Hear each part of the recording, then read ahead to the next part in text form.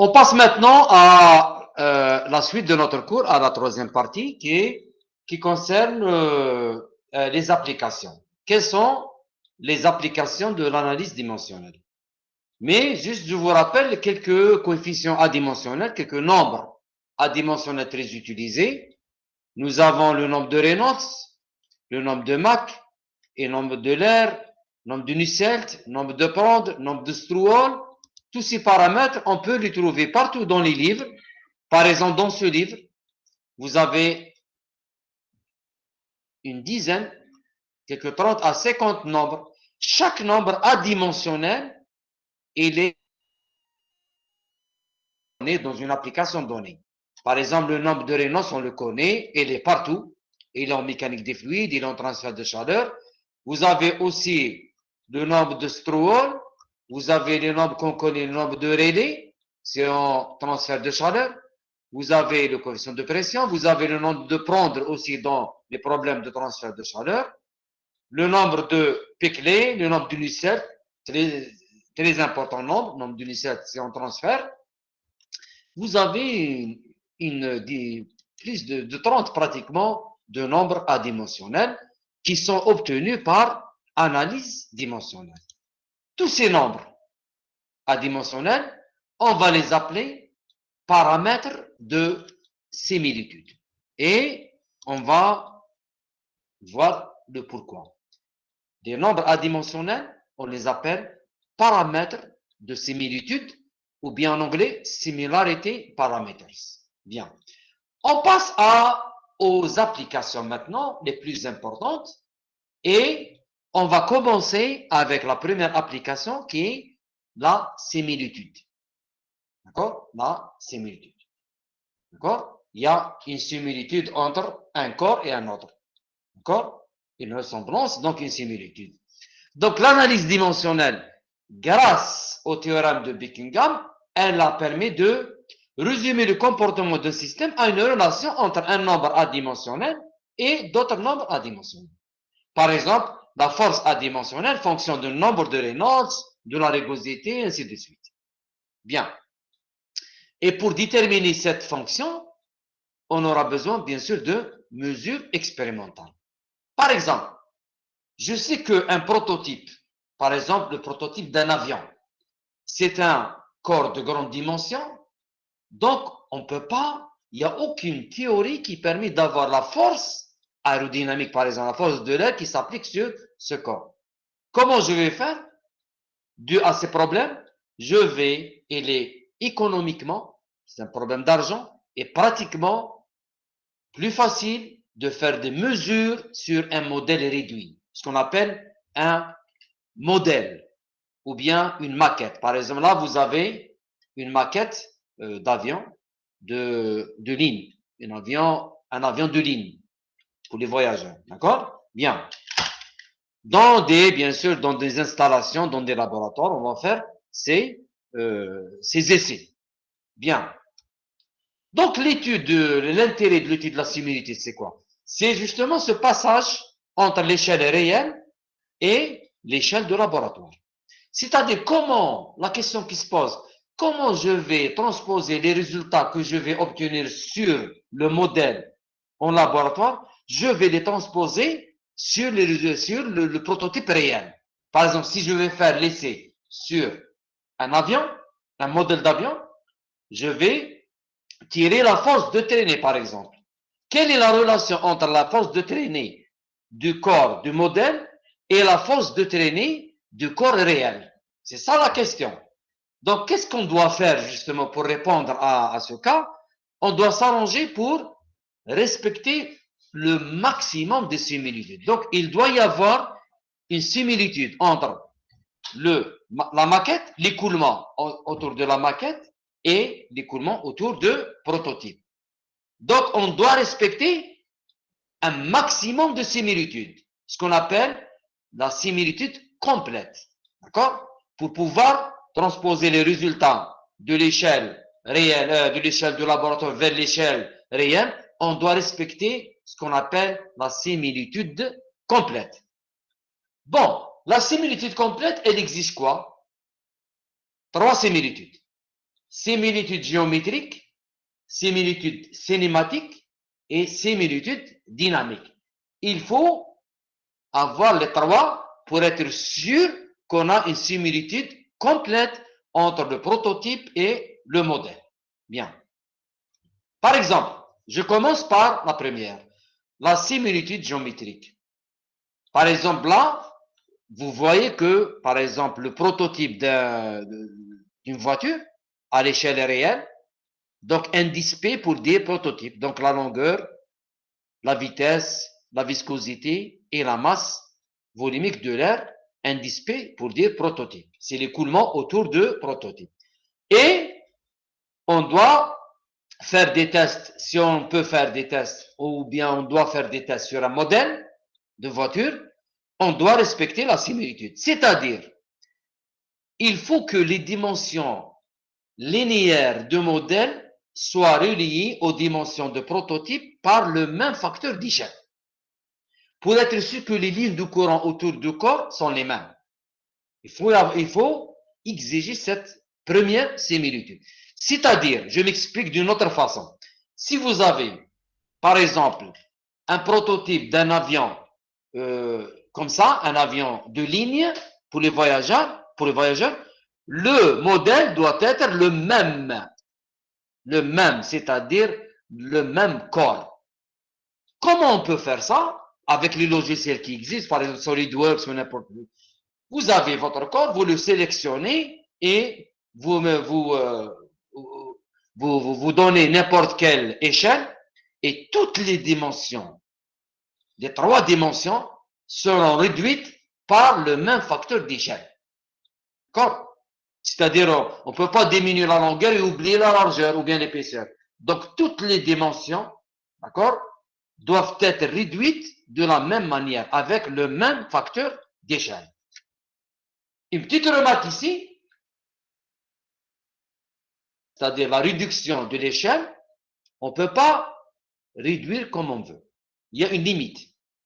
La limite, par exemple, première limite pour la réduction de l'échelle, c'est que le corps doit être rigide, c'est-à-dire la rigidité mécanique de votre modèle. Par exemple, imagine l'aile de cet avion. Je peux réduire à, comme je veux, l'échelle. Mais est-ce que si je veux réduire, par exemple, beaucoup l'échelle, peut-être que je vais obtenir quelque chose comme une feuille, comme ça. Alors, imagine, je vais faire un test, je vais faire passer un écoulement d'air autour de cette feuille, donc elle ne va pas résister. Donc, il y a une limite. Donc, il y a une limite de résistance, une limite de rigidité. Deuxième remarque très importante, c'est que je dois, lorsque je vais faire le modèle, je vais fabriquer le modèle, il faut reproduire les détails de votre corps. Par exemple, dans cet avion, il y a certains détails, par exemple l'angle, les angles ici, les rapports des différentes dimensions, l'interaction entre ce corps et cette partie. Donc, la même chose entre, par exemple, le moteur et l'aile. Je dois les reproduire. Il ne faut pas que je rate un détail. C'est clair. Sinon, votre résultat ne sera pas valide. Donc, il y a une limite. Et je vais vous montrer une petite vidéo pour voir, justement,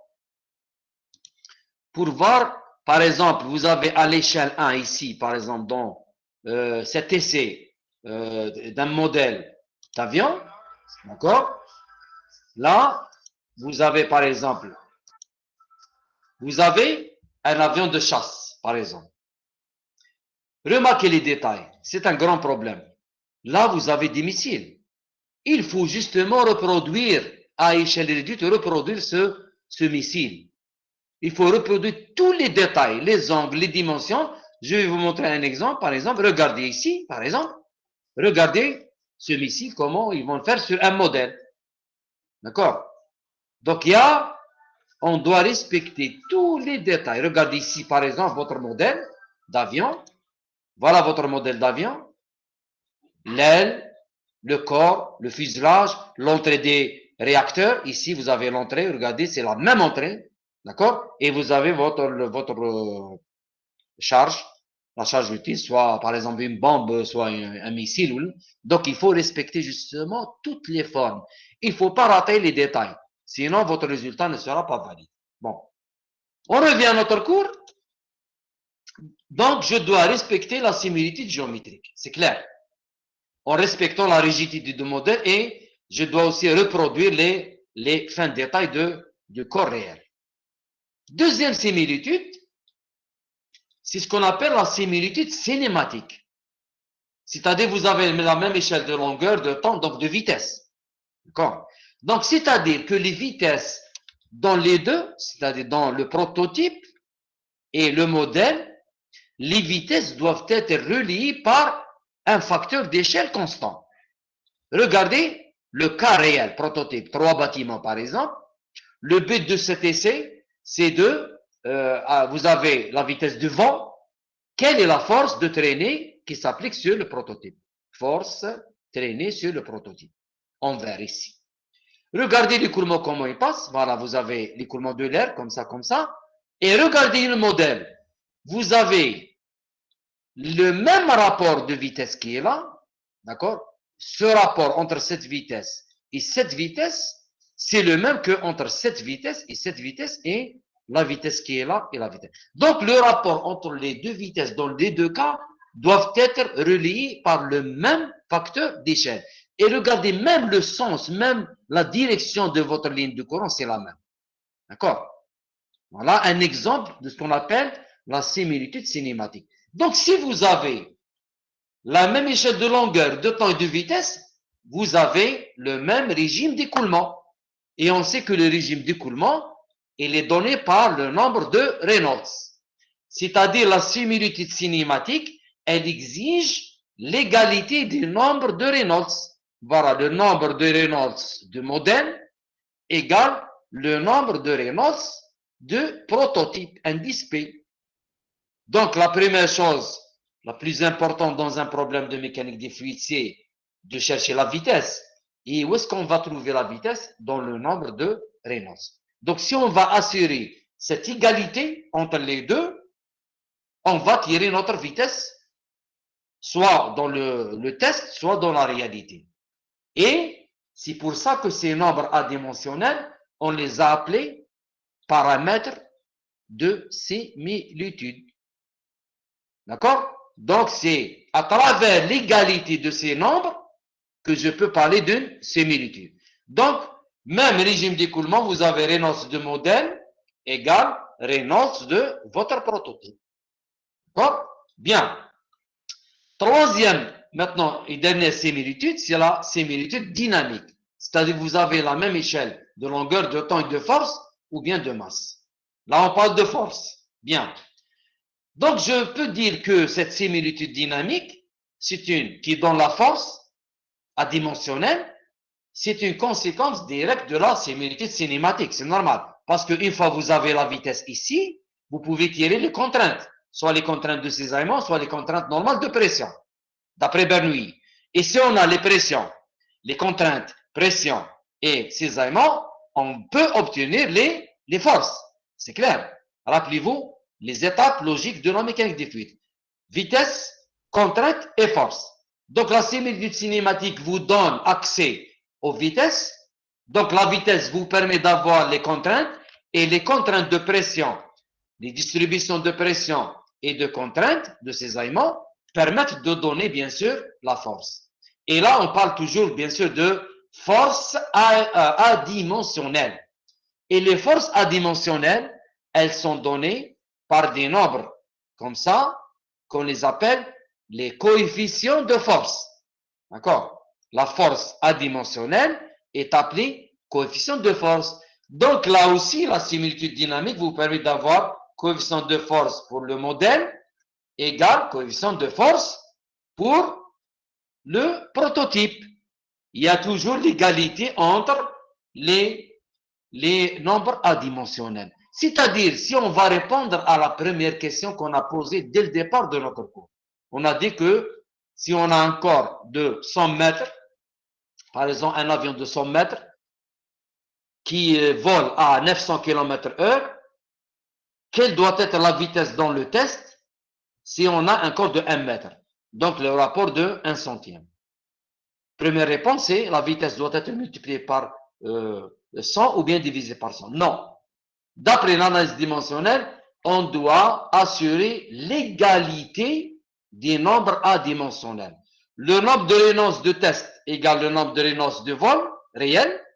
La force adimensionnelle elle est de prototype, elle est égale à la force adimensionnelle de votre maquette.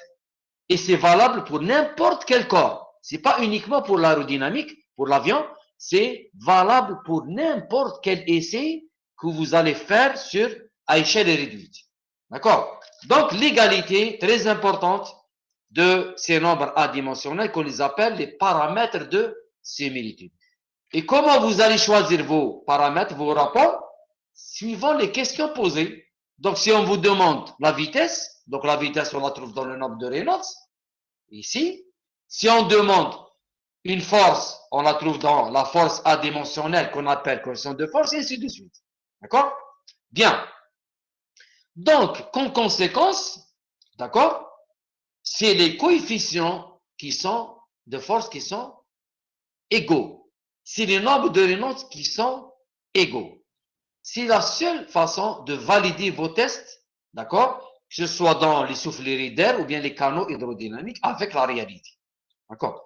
Et bien sûr, si vous avez le coefficient ici, d'accord, vous pouvez tirer la force réelle. Regardez, si vous avez par exemple la force dans le test, dans le laboratoire, que vous allez diviser par ρv carré L carré, vous pouvez tirer la force réelle qui s'applique en vol. Connaissant bien sûr la vitesse de vol, la longueur de votre prototype et la masse volumique de l'air en vol réel. D'accord? Bien. Donc, en pratique, comme remarque générale, c'est pas aussi simple. Attention. Tout n'est pas si simple. Parce que des fois, on peut pas respecter toutes les similitudes. Des fois, on peut pas réaliser un modèle, d'accord, comme on veut. Donc, il y a un problème dans les essais. Et ce problème, on l'appelle les problèmes d'échelle. Et que vous allez rencontrer lorsque vous allez faire des essais dans des souffleries ou bien des canaux hydrodynamiques. Il y a ce qu'on appelle le problème d'échelle. C'est quoi le problème d'échelle? Vous ne pouvez pas assurer simultanément la similitude géométrique, la symétrie cinématique et la similitude dynamique. Donc, il y a un problème même dans l'expérimental. Bien. Ça, c'est la première application très importante de l'analyse dimensionnelle qu'on appelle la similitude. On passe à la deuxième et la dernière application de l'analyse dimensionnelle, c'est l'utilisation des résultats de l'analyse dimensionnelle, c'est-à-dire du théorème de Vacher-Buckingham, d'accord, dans les équations de mécanique des fluides, appelées aussi les équations de bilan. Bien, c'est-à-dire, le résultat important de l'analyse dimensionnelle, c'est les nombres adimensionnels. Comment je vais les intégrer dans les équations de mécanique des fluides? Je vais passer à l'étape de l'adimensionnement. Je vais adimensionner mes équations pour les rendre adimensionnelles. Parce que les nombres de Reynolds, tous les nombres qu'on a trouvés par l'analyse dimensionnelle, c'est des nombres adimensionnels. Donc, je dois adimensionner les équations. Lorsque je vais adimensionner maintenant mes équations, ça va me permettre de les simplifier et de les généraliser. Une fois que vous allez adimensionner, donc comme résultat premier, vous allez les simplifier et on va voir comment. D'accord? Et le fait d'adimensionner votre équation, elle devient générale. Pourquoi? Parce qu'une équation adimensionnelle, c'est-à-dire c'est une équation qui n'a pas d'identité. Elle peut représenter n'importe quel écoulement similaire. Elle peut représenter la même équation adimensionnelle, elle peut représenter deux solutions possibles, deux écoulements possibles, à condition qu'ils soient bien sûr similaires. D'accord? Par exemple, cette équation adimensionnelle peut représenter l'écoulement autour d'un corps réel, en vol par exemple, et autour d'un corps dans le laboratoire. D'accord? Donc, je vais adimensionner mes équations et vous allez voir que il y aura apparition des nombres qu'on connaît, des nombres adimensionnels, et on va voir comment on va les simplifier. Je donne un exemple. Par exemple, cette équation de Navier-Stokes, la composante verticale suivant Z. Elle est là. Je vais la dimensionner. Qu'est-ce que ça veut dire adimensionner une équation? C'est-à-dire, je vais prendre les variables dimensionnelles, je vais les diviser par les mêmes variables, mais c'est des grandeurs caractéristiques de notre système, et vous aurez quelque chose d'adimensionnel. Par exemple, regardez bien. La vitesse oméga, la composante oméga, elle est dimensionnelle. C'est en mètres par seconde. Si vous allez la diviser par une autre vitesse, donc une vitesse sur une vitesse, donc c'est adimensionnel. Et quelle vitesse que je vais utiliser pour diviser cette vitesse? Je vais utiliser quelque chose comme référence. Donc c'est quoi, par exemple, la vitesse de l'écoulement libre? Par exemple, imagine, vous avez ce corps, d'accord? Vous avez la vitesse de référence qui ne change pas, la vitesse de l'écoulement libre que je vais appeler par exemple V l'infini. Donc la vitesse qui est là, par exemple W qui est là, je vais la diviser par la vitesse de l'écoulement libre. Et j'aurai des valeurs ici un peu partout de mes vitesses. Les vitesses, au lieu de dire que là, j'ai la vitesse par exemple 5 mètres par seconde, je vais dire que j'ai une vitesse de 25%, un demi, un quart, 30% de la vitesse initiale. Je vais exprimer en pourcentage. D'accord? Bien. Je vais refaire la même chose pour toutes les variables dimensionnelles. Les vitesses, UVW, X, Y, Z et la pression et l'ordre. D'accord? Je vais toutes les diviser par des grandeurs caractéristiques de mon écoulement qui sont la vitesse de l'écoulement libre concernant les vitesses. Les L, c'est la dimension de mon corps concernant les X, Y, Z. La pression, la même chose. Et le temps, la même chose. Regardez bien, étoile pour dire adimensionnel. D'accord? La même chose, donc, si je vais utiliser les différentiels. Et vous allez voir qu'en adimensionnant cette équation qui est là, elle va me donner cette équation qui est là. C'est l'équation de Navier-Stokes suivant Z adimensionné ou bien adimensionnel. Regardez bien. Mon but initial, c'est quoi? C'est de faire apparaître ces nombres adimensionnels pour les manipuler comme je veux. Je vais donc manipuler cette équation en la divisant par ρ v carré sur L. D'accord? Ρ v carré sur L. Qu'est-ce que vous remarquez ici? Vous remarquez l'apparition de certains rapports qu'on connaît. Par exemple, là, c'est le paramètre qu'on connaît tous, c'est le nombre de Reynolds. 1 sur le nombre de Reynolds. Ce nombre qui est là, c'est P0 sur ρ v carré, c'est le nombre de l'air. Le nombre instationnel, c'est le nombre de Strouhal, par exemple. Et le nombre de G, là où il y a un G, c'est le nombre de Froude qui caractérise les écoulements à surface libre. D'accord? Donc, il y a, après adimensionnement et manipulation de mon équation, j'ai trouvé une équation où il y a des nombres adimensionnels que je peux les manipuler, que je peux les, par exemple, les simplifier. Je vais voir le comment. Par exemple, voilà mon résultat, les nombres adimensionnels que j'ai trouvés après manipulation et adimensionnement de mon équation. Et si vous voulez que je vous explique ces nombres, par exemple, vous avez ce poisson, d'accord? Là, il a une dimension L, donc c'est l'écoulement de ce poisson, flipper, de ce poisson sur une surface libre. Et s'il y a une surface libre, donc il y a automatiquement le nombre de fruits qui est là. Il y a le nombre de fruits qui concerne les écoulements à surface libre, voilà le G. Il y a le nombre de Reynolds de l'écoulement, c'est clair. Il y a le nombre de l'air, c'est la différence de pression à n'importe quel point par rapport à la pression de l'écoulement libre. Là, vous avez c'est P0, ce point par rapport à la pression de l'écoulement libre.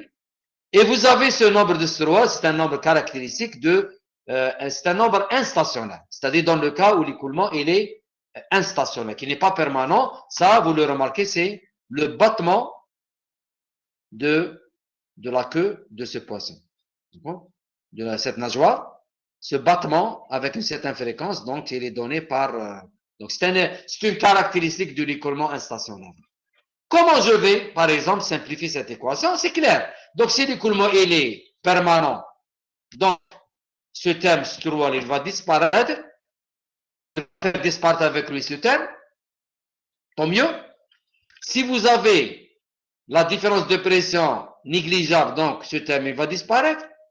Si votre écoulement n'est pas à surface libre, par exemple dans un écoulement dans une conduite, ou bien par exemple un sous-marin, il est entièrement, d'accord, il est entièrement submergé dans l'eau. Là, c'est pas un écoulement de surface libre.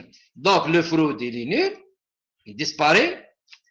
Et le plus important dans tout ça, c'est le nombre de Reynolds. Si votre nombre de Reynolds il est très grand, donc ce terme il est très petit, donc il va disparaître et il va faire disparaître avec lui le terme le plus délicat, le plus difficile à résoudre dans l'équation de Navier-Stokes, qui est le Laplacien de la vitesse. Donc si le Reynolds il est très grand, donc ce terme, on peut facilement éliminer ce terme et tant mieux pour nous.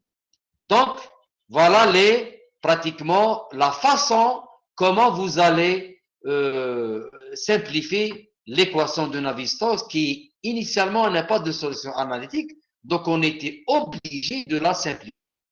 Comment on la simplifie? On la dimensionne et on va voir les nombres adimensionnels, le Reynolds, le Froude, et on va voir les éliminer pour réduire justement cette équation.